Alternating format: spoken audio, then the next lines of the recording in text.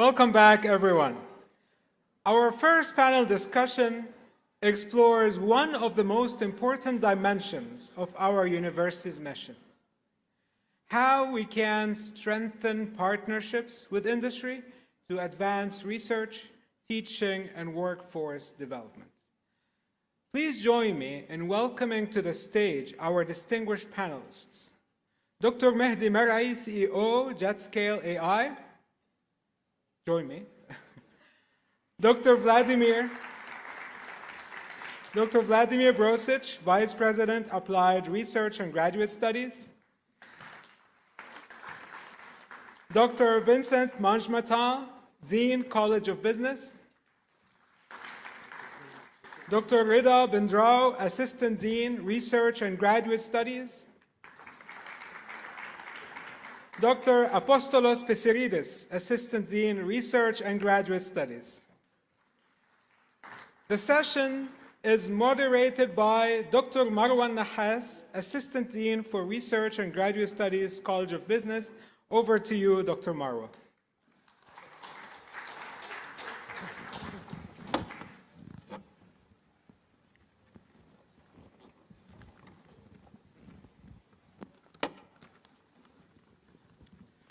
Bismillah ar-Rahman ar-Rahim. Assalamu alaikum, everyone.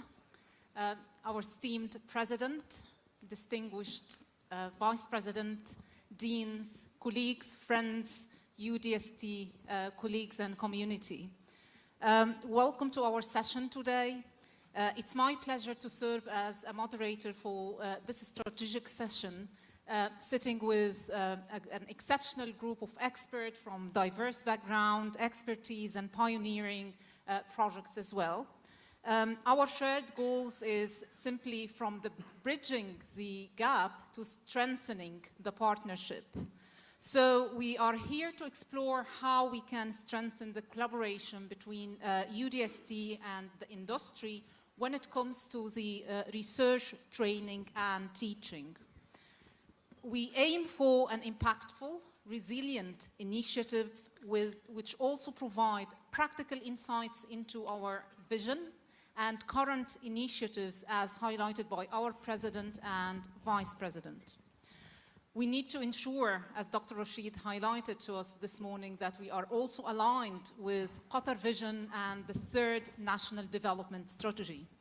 So to set the context today, I'm very keen to ask the panelists to provide us, please, with real examples, success stories, but at the same time, we also need to address our challenges and opportunities with the prospects. We will have the time to ask questions. We are very keen to have an interactive session, so we will open the floor to the audience at the very end, to colleagues to raise questions, and you have the QR code to ask your question. So please put a direct and short question, and you can highlight the name of the panelist that you would like to address your question to. So to set the context and to start and to begin, I would like to ask Dr. Vladimir to start, please. As UDST continues to advance its distinctive role as applied university, how is the university is currently enhancing its ecosystem to better integrate research, training, and teaching with the evolving needs of the industry? Thank you, Dr. Marwa. So the answer is embedded in your question. You just mentioned ecosystem, and you mentioned applied university. So economy in the world is changing, and it's changing rapidly. Centers of economic development and power are shifting around the world. New companies are coming, and we have situation that within 10 years, a company becomes one of the 10 largest companies in the world. How does it happen? We are in Qatar. In Qatar, we have examples of that. Qatar Airways, for example, has become a very young air company, and it has become top 10 air companies in the world already. Not only that, the profitability is much higher than of established companies. How do they do that? Not necessarily by technology itself, by being part of the ecosystem. So, because all of this is changing, we also are changing the university picture of the world, the map. We have traditional universities, we had technical universities, and they were doing different things, more of the same, but now we have emergence of applied universities. Applied universities are those who are training people for the changing ecosystem, so that we enable that the whole logistic chain is challenged at its steps, because there are many bottlenecks. And also this applied university is an idea that we are creating the teams who are solving problems. We are working as a team, interdisciplinary, and we are building research is everywhere. It's embedded in the curriculum, as Dr. Rashid has mentioned. So research-informed teaching is there by individuals, but also full integration is done through university working top-down and bottom-up. So we are meeting those two things. And we have the capstone project, master's degrees, PhD programs are coming. So we are creating similar environment that you had, you had it when you studied. And opportunity is there that you have this culture where people say, oh, there is a problem, I need to fix it.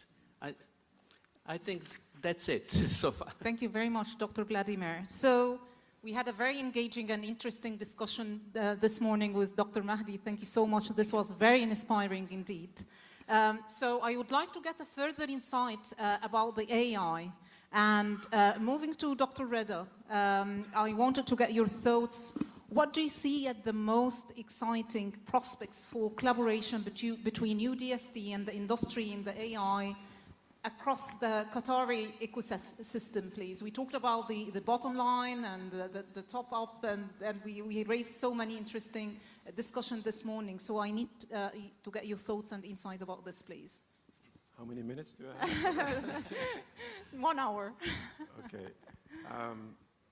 It's a very hard question to answer because, to be honest, I'm here for the last 2 years trying to understand this ecosystem and try to understand what is really preventing universities to really connect with the industry, okay?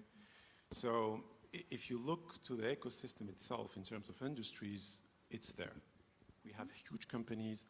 You have Qatar Airways, as Dr. Vladimir mentioned, 40,000 employees. You have Hamad Corporate. You have QNB, more than 30,000. And all those companies, they have massive procedures, data, concerns and needs that needs to be addressed. Okay, so that's the ecosystem which is there. And to be honest, one of the factors that helped me move here is to say, okay, there's a land of opportunities, and it's going to be very easy to connect with those industries because they are growing and they will need innovation. So that was the first thing. And then when you look to the industry part, the universities part, it's somehow the same. Even if we are a young university, we are having somehow the means to conduct research. We have infrastructures. We have GLab, for instance, for AI, which is an amazing tool for us. But still, we don't manage really to create this connection with the industry. So try to understand why. And maybe if one of the answers in the QRDI report, they published a report on their website, is called Global Innovation Index. And it shows you some metrics about how Qatar is doing in innovation, okay? And one interesting findings there is that Qatar invests a lot in innovation, but produces less output. So the expectations are not there. They invest, but there is no return on invest in terms of innovation. And then when you try to zoom into these details, of course, innovation has different metrics, and one of the metrics is the IP, okay? It's consulting with the universities or with any source of knowledge, and where is the share of the universities in this, okay? If there is investment and the country is investing in innovation, where is our share as universities in this part? And then you dig inside again and you realize that most of the industries, when it comes to innovation, they are good consumers of innovation. Here in Qatar, they are good consumers of innovation, but this innovation is coming from abroad. This intellectual property is coming from abroad, consulting is coming from abroad, and tools that they are using is coming from abroad. And maybe, because the question mentioned prospect, one of an interesting prospect, at least in my view, is to target this innovation that for now is the share of foreign companies or wherever, and try to own this innovation prospect. Now, you mentioned we have to be concrete and give examples. One example we had is one of big partners, which is Qatar Airways, okay? And one of the things we usually do as researchers, unfortunately, when we go and see partners, we try to talk about what we do. And I think the exercise should be the other way, is what do you need? What are the current problems or innovation solutions that you need now? And try to see if what we have now as a skills and expertise in the research teams, we can answer this. So that's the first exercise, is first to listen to the industry needs and see how we can answer them. And the second exercise is to anticipate the industry needs, okay? In the sense that we know that in research, this is a very hard topic.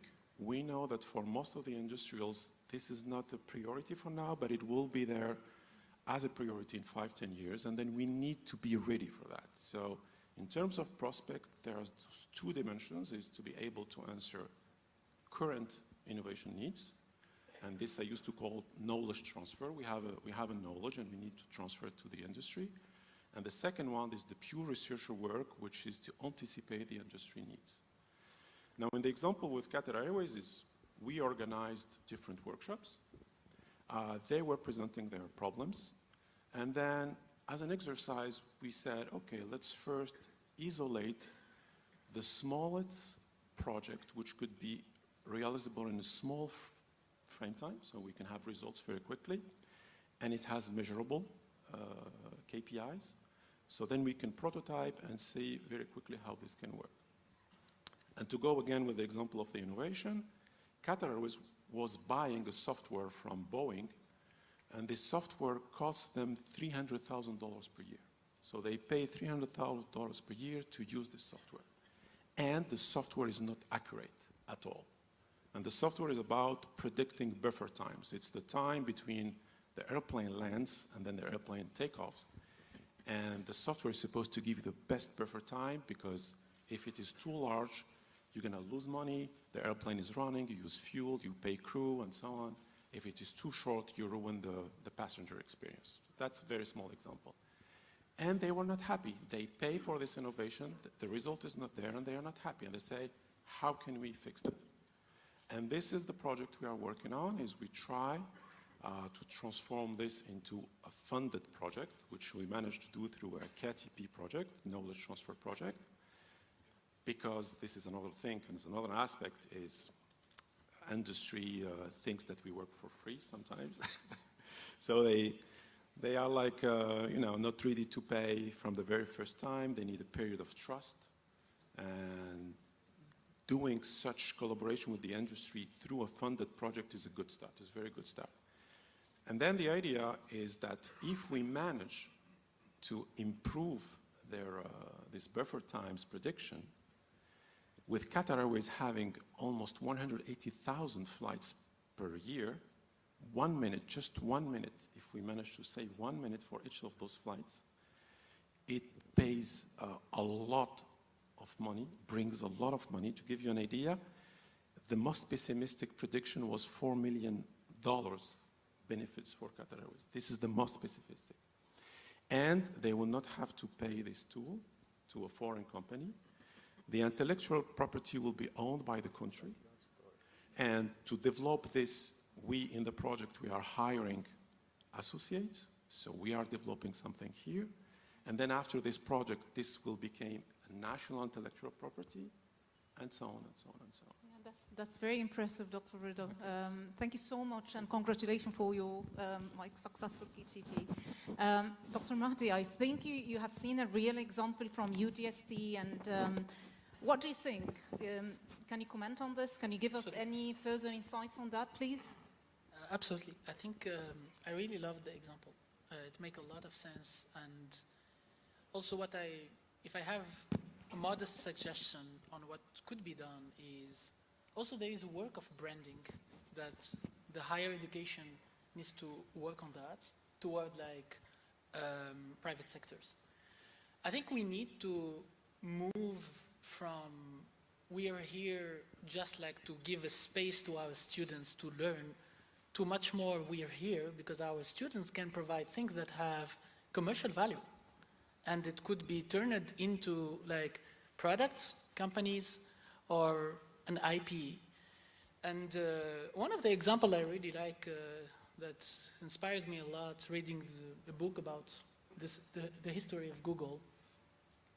You know, like the vast majority of, let's say, the big revenue for Stanford University is coming from Google. Because some of the patents on the internet indexing is partially owned by the university. So the university moved from the idea of I'm looking for help from private sector to give space to my students. It's to more I'm literally providing like a value that can be literally have a return on investment as an academia, and another step toward like prosperity. Thank you so much. This is very insightful as well. So moving from AI to the innovation beneath the service, Dr. Apostolos, with the new maritime training center that you launched recently, what exciting opportunities you think you can bring it to us today? Do you see any specific real like stories that you would like to address it for today as an example that highlight the advanced infrastructure and the collaboration with the industry? Yes, thank you, Dr. Marwa. Yeah, I mean, I'm pleased to be able to talk about the Maritime Training Center. Of course, it's one of the success stories so far, although it's a brand new center that we were happy to inaugurate this summer, 4 months ago, with a visit that you can see, I believe, in the back here on the screen, by the Undersecretary from the Ministry of Transportation and all relevant stakeholders. So we had the representatives from the armed forces, the Coast Guard, the classification societies. So everybody who's anybody in the maritime sector locally, and also we had, I think, other guests from companies that have a worldwide participation. So what is the Maritime Training Center? I think most of you have passed the Building 33, the Professional Skills Center, right next to it, a brand new building, massive building of equal proportions. It houses very advanced simulation facilities that train the young seafarers, so people, professionals who work on board ships that transport most of the goods in our society today. Where did this initiative come from? It came from the convergence, I would say, the convergence of local requirements driven by government, by the Ministry of Transportation, and the vision of UDST. And after a couple of years, it came into fruition due to the tireless efforts of Marine Engineering Department, backed by the management of UDST. And we were happy to be able to inaugurate the center in the summer. So what does this mean for partnerships for the local and regional economy? It means that we already are in a position to be in communication and cooperation with all the relevant stakeholders. So this means classification societies, so international companies like the American Bureau of Shipping, DNV, the Norwegian Classification Society, the French Classification Society, and so on. And we are in a position to start offering training courses, not just for the young seafarers, for young professionals going to sea, but also for our students, of course, not to forget. But in terms of the partnerships, we are able to also offer reskilling opportunities for experienced seafarers, like captains of various classes or engineers that are returning to sea, for example. And this is a very, very important an exciting opportunity for us to be able to deliver this to this ecosystem of companies locally. And I believe regionally, this has potential regionally. It's not the only maritime training center in GCC countries. It's one of the few. It's the latest one, and we think it can be the best one. It has great facilities in terms of simulation. So it offers engine and bridge simulation. So it trains captains and trains engineers in the propulsion system. And it is available to all the companies. And I'm happy to say that we've been in contact with all of them multiple times. Of course, they're highly interested in sending their engineers. And this is all driven, by the way, of course, I think as a lot of you know that we've had a doubling of gas reserves in North Field, and the requirements for shipping and transportation by companies like Qatar Energy through Nakilat, Milaha are exploding. I mean, we have twice the gas reserves to look after in the next few years. So there is a recognized, rapidly growing demand for training shipping professionals, seafarers, to go out to sea. And we are in a unique position to offer this. Excellent. I'm sure we will be the best one to offer these all great Certainly examples. hope So start gathering your successful story as well. Thanks very much, and congratulations for the launch and opening of the new maritime. So creating societal impact through synergies. We have to address the role of the societal and economic impacts remains very essential for us. So Dr. Vincent, how can we build strong synergies with the industries while maintaining excellence in research and excellence in teaching, and at the same time making the balance between the two, which has always been a standing point for many of us, you know, challenging to make the balance. So we need your thoughts on that, please. Thanks a lot, Dr. Marwa. Good morning to everyone. Well, I did my duty as a scholar, so I did some lit review. And basically, what the literature says is three things. The first one is the value proposition of applied university can be divided in three elements. The first element, what we see in the literature is more than 30% of product and services are directly linked to academic innovation, and to academic research. So this is a very important element.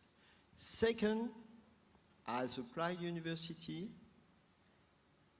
having contact with industry, it's a way to define a relevant research agenda.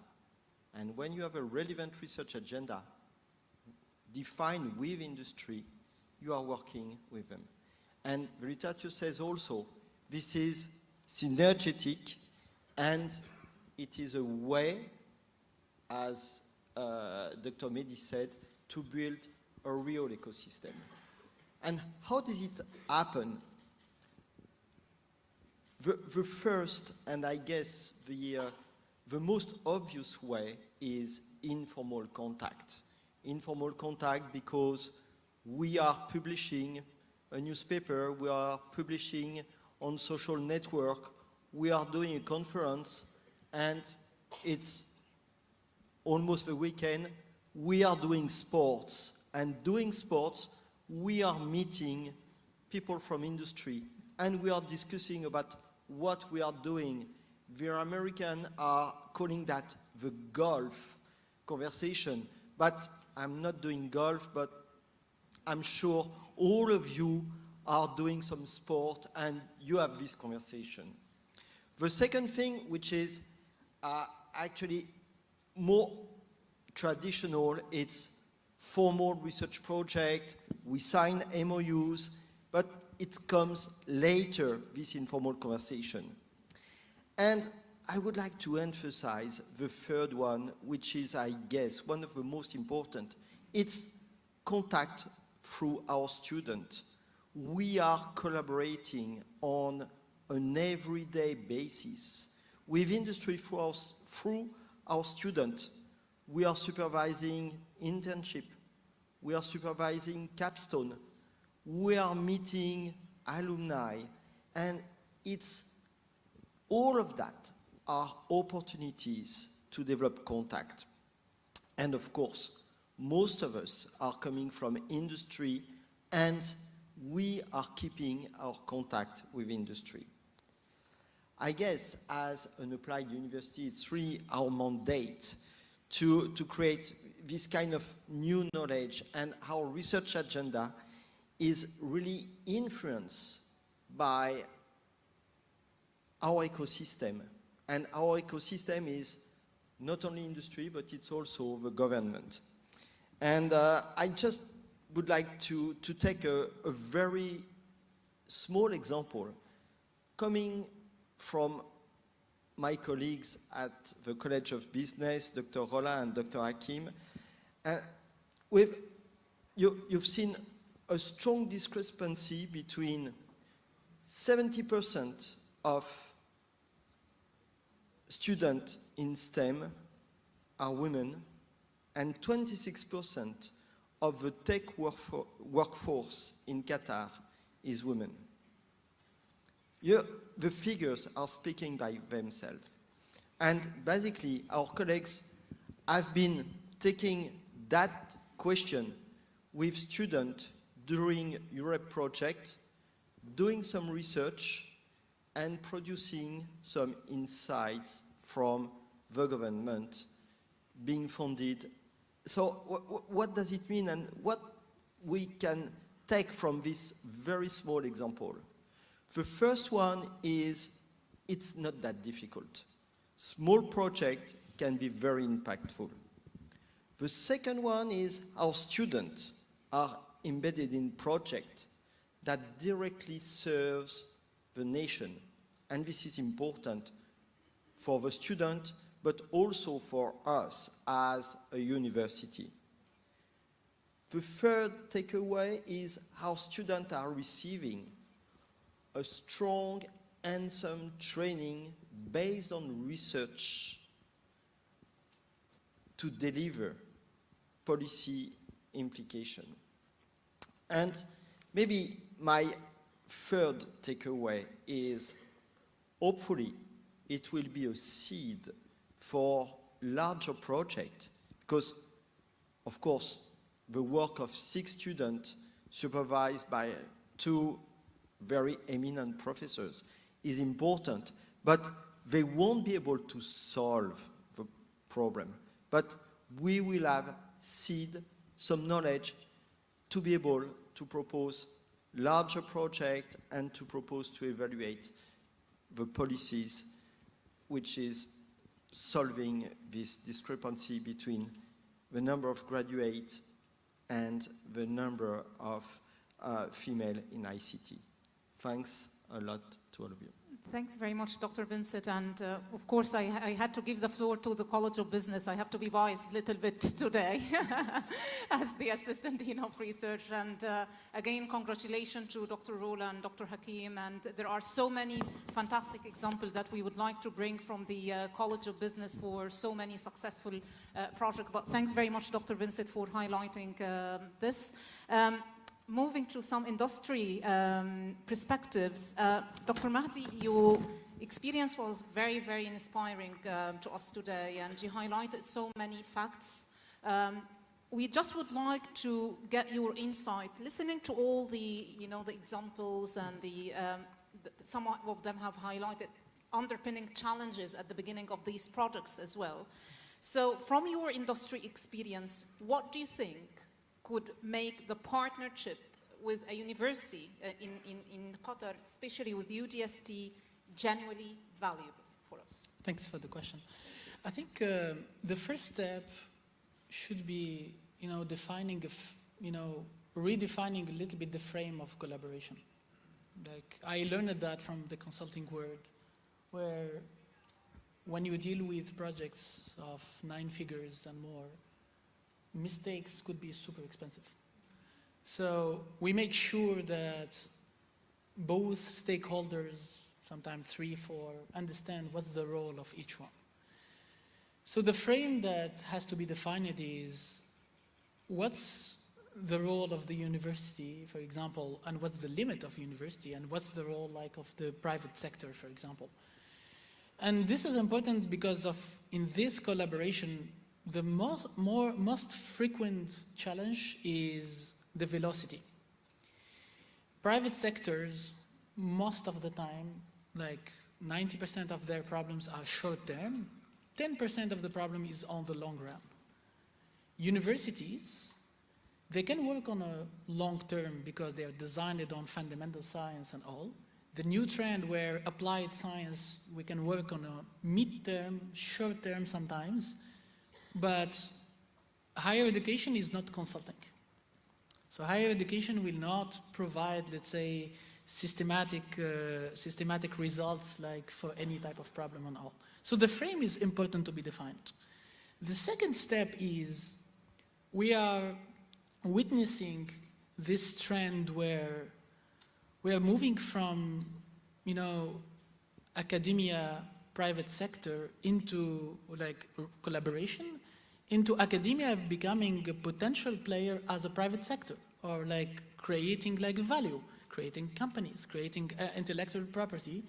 So in that lens, it's an interesting trend. Why? Because first it empowers the students. It moves them from the seat of I am here to learn and I'm seeking for someone to give me a chance to do things, to much more, I'm having a knowledge and I can deploy it into society. And you know what? You can end up like leading a company that can have impact nationally or even internationally. And we've seen examples like that. And tactically, what could be done also is helping students to have a systematic path if they choose that type of journey.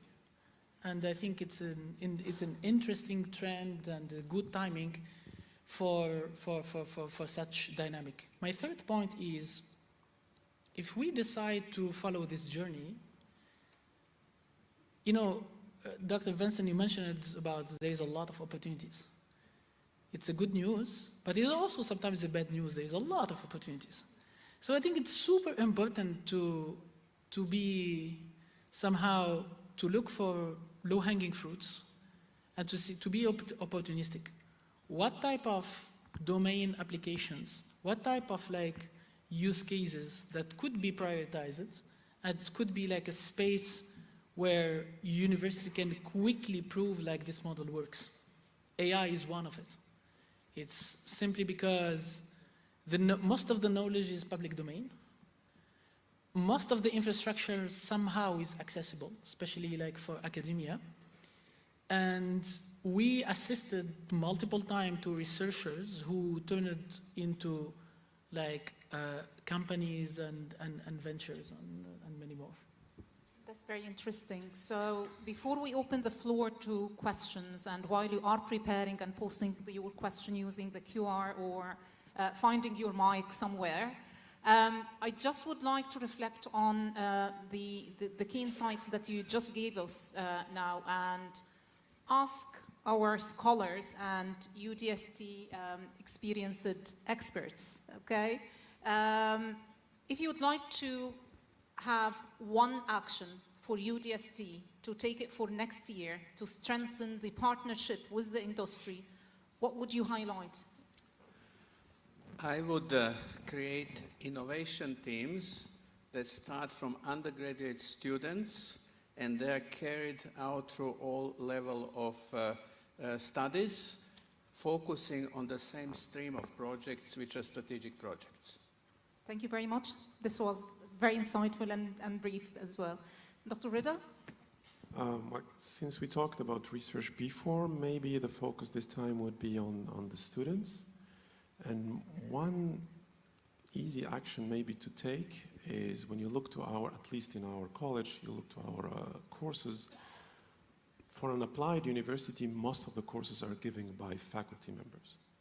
And the projects and the data we are using is coming from the faculty members. Maybe one thing is to increase the ratio of people coming from the industry participating in our lectures and also coming with their own projects, because this could be the very starting point when you can start connecting your university and your student with the industry.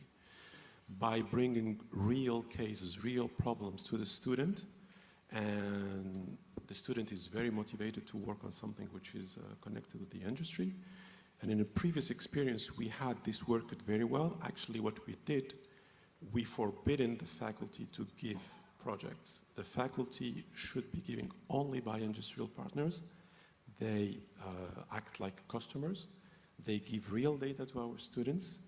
And we, of course, supervise, help, guide, and so on. And that gave very nice results. And the end was that the industrial partner would say, I want this student, I will take it. So it's a win-win relationship. The industrial sometimes came and look for if this is working with the help of students in capstone projects, whatever. And the student is already acquiring the vocabulary of the industry, the best practices of the industry, creating the first contact. And for research also is very good because you are working on real data, real stakes in the industry. So maybe to summarize, it's this real projects from the industry, real data. And I would say it's a little problem here because selling AI in the country, I don't think we have to do it, it's done. But when you go to those partners and say, give me your data, that's a different story. Thank you so much. It's a very different story. Thank you. That's very important as well. Dr. Apostolos, just one action, please, next 12 months. One? I can give you 3 or 4. One. Only one. Well, actually, as it happens, I'm involved in an initiative to evaluate our balance between research and teaching with the Dean of the College of Engineering. So one action which might please, I think, quite a lot of you is, especially in the College of Engineering, is to see if we can link the teaching load with research and bringing in research funding, research collaboration.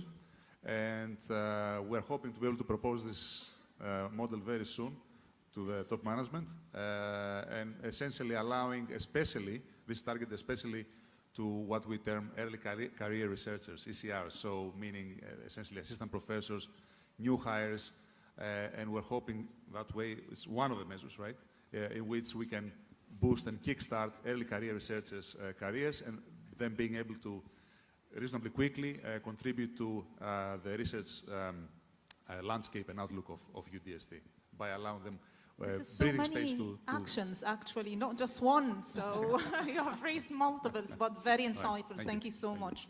Dr. Vincent, what about College of Business, please? Well, I will have 2 actions. The first one is strengthening our relationship with alumni.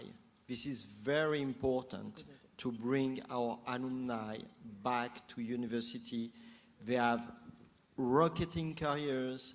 They are very well positioned in many Qatari companies, and we have to attract them back to university to encourage this university relationship. At the other end of my second action would be to import, to a certain extent, this European concept of junior enterprise, to be able to run small projects, led by students, supervised by our faculty for industry. And it's a way to reinforce this continuous day-to-day relationship with industry. We need to meet with industry on a day-to-day basis. Thank you. This is a very good wrapping up for the panelists. Now it's time to listen to audience and to get your thoughts about all the discussions that we've been raising today to strengthen. And I just would like to start by the traditional way of doing it, which might be a bit engaging, and then I'll take questions through the iPad. Who would like to start? Yes. Could you please stand up and say to whom you address your question, please? Yeah, good morning for everyone. Thank you for all this inspiring speech, all the speakers today and the panelists. Dr. Ismail Shiab from the CCIT College. So I want to ask because the goal of this conversation is to strengthen the UDST industry partnership. So I want to ask from the other end, how do we encourage industry in Qatar, both public and private, to see the value in the startups, in the innovations, in the ideas?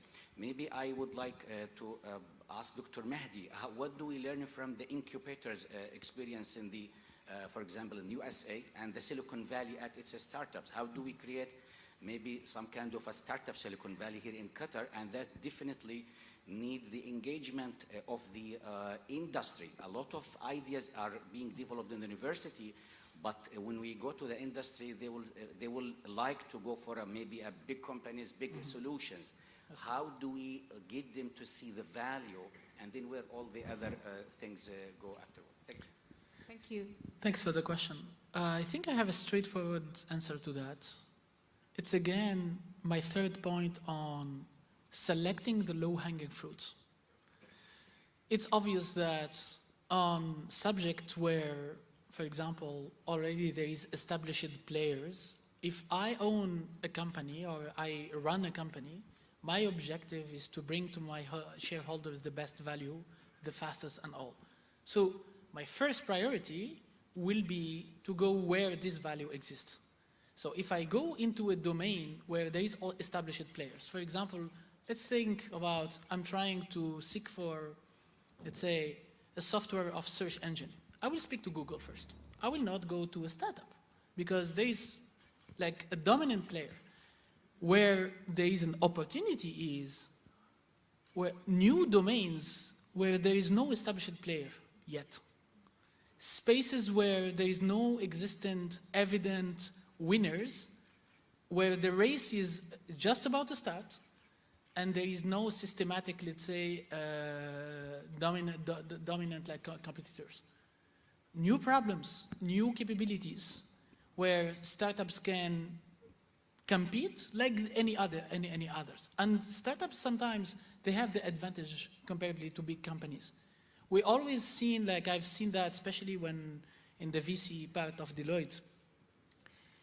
When they started that, the VC, like the Deloitte core, which is like the consulting, they thought they can win by default over any startups. And I told them time will prove it's wrong. Because startups, they have the agility. They are fast. They can adapt super quick. They can respond super fast.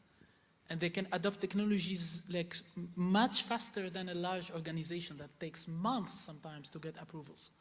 So I think, again, the answer is focusing on sectors where there is no obvious winner and elevate the new champions rather than competing with the big companies. Thank you. I may complement this. It's also by experience. I agree that the first thing is to target low-hanging fruits. This is the ideal, small in the beginning with measurable impacts and everything. And here, maybe in the Qatar, which is also specific to the context, is the type of companies you will target. And we are tempted to go for the big names. We are tempted to go for QNB, Qatar Airways, Qatar Energy, and so on. It's normal, it's a flagship, and we want to collaborate with them. But the thing is, those companies are massive in terms of hierarchy and in terms of decision making. It takes a long time before you get the okay. So you could have a very nice idea. The teams in those companies can be very inspired and they want to do the project. But before the day when you start talking about this idea and the project and then you get the okay, if you have it, it's almost a year and a half in our experience. So it takes long. While if you take a small, innovative company, and in our example it was Nunu, it took 3 months to get the idea, write the project, get funded. Okay, why? Because the hierarchy is not that big, decision making can be very fast, and it was really like this on the phone. Let me call my CTO, he's okay. Let me call my CTO, he's okay. SFO, and that's it. So as a starting point could be like this. Maybe small, medium companies having an innovation aspect or perspective, and then once you get known by those companies, I think you can target maybe bigger names. Oh, that's very fascinating. Thank you so much, Dr. Riddle. Any other question from the audience before I move to the posted questions? If you could please stand up and... Yeah, thank you. Thank you. I might be wrong, but as far as I understand from the discussions that we have so far, the main focus here is like focusing on the industry problems and fixing them, helping them industry. But what about society? And sometimes like the problems society face and industry face might be very different from one another. For example, like plant obsolescence, for example, like making products too short-lasting in order to increase your profit. So that is profitable for industry, but it costs a lot to society. So what the focus of the university be in this case?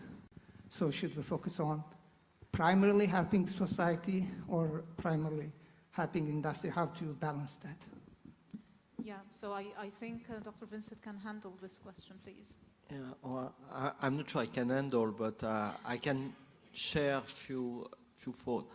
I guess my understanding is at UDST we are calling industry, which is representing much more than just industry. It includes the government, it includes as well society. And as I've been working a lot with policymakers, and to the best of my knowledge, it's very difficult to address the society because to find the society it's difficult. But the society is usually represented by policymakers. And when you are working for governmental agencies, when you are working for ministry, you are working for the good of the society. Thank you very much, Dr. Vincent. Hope this answers your question as well. I think very practical insights. Thanks very much. One last question, Dr. Asif. Yeah. Yeah. Thank you.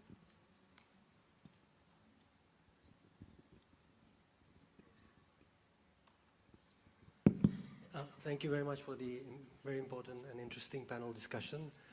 I just want to share something that I experienced recently. So I was in Liverpool recently attending a conference, and of course thanks to UDST supporting that. I had the opportunity to listen to one of the Nobel laureates, John Jumper, who recently got the Nobel Prize for coming up with this tool now that can predict protein structure from just the sequence.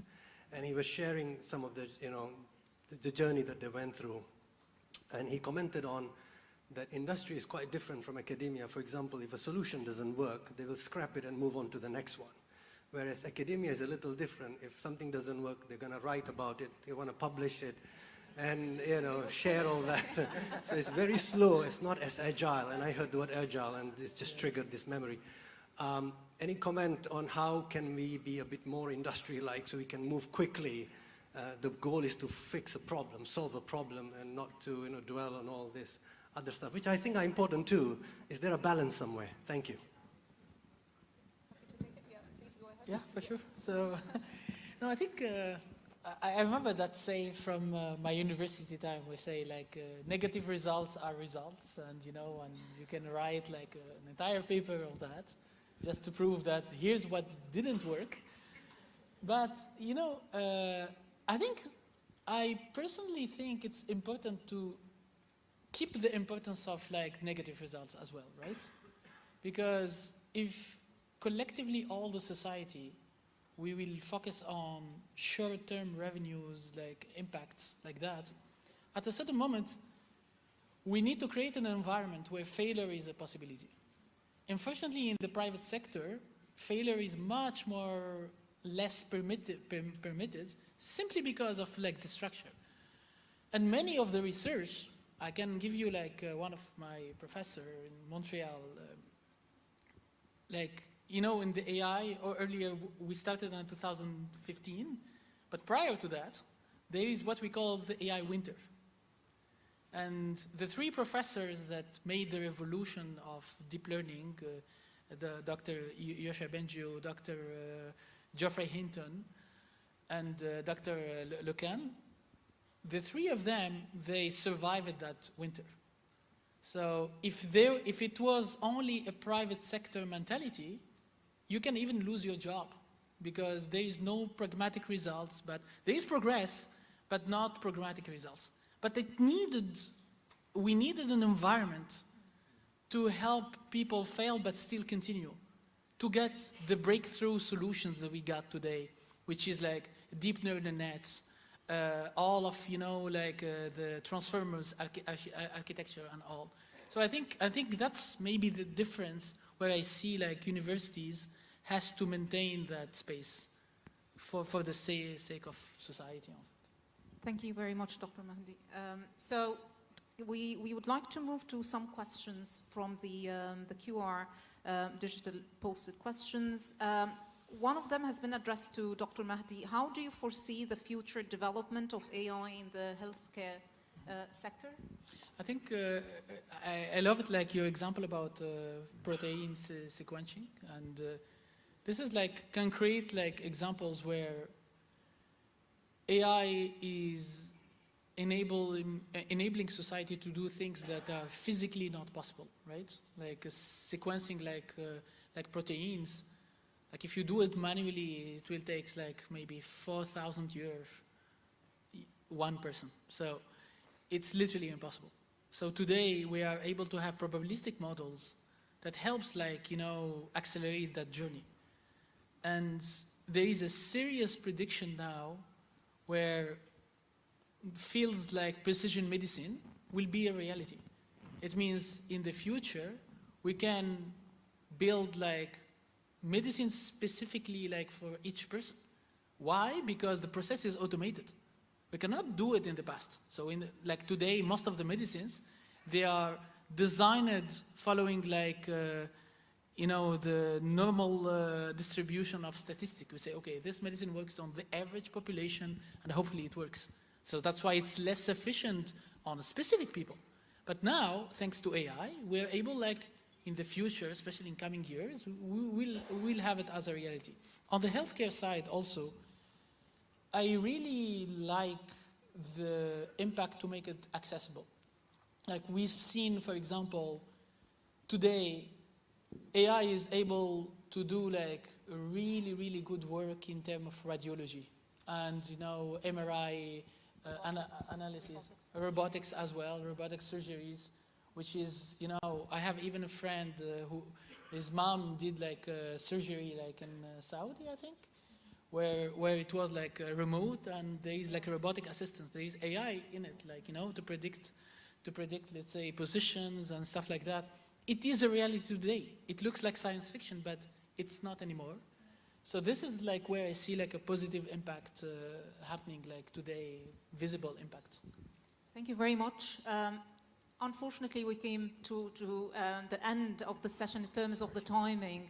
I would love to like engage you more, but the good news that we got the time for the lunch break after the remaining session, and then you will have more time to engage with every speaker and to network as well. Before we end our session, I just would like to thank all the panelists joining us today for their great insights, and to the audience for their attendance and interactive discussions, and to the AEL team, Dr. Hiba, Sharina, and the whole fantastic team working really hard behind the scene to bring this session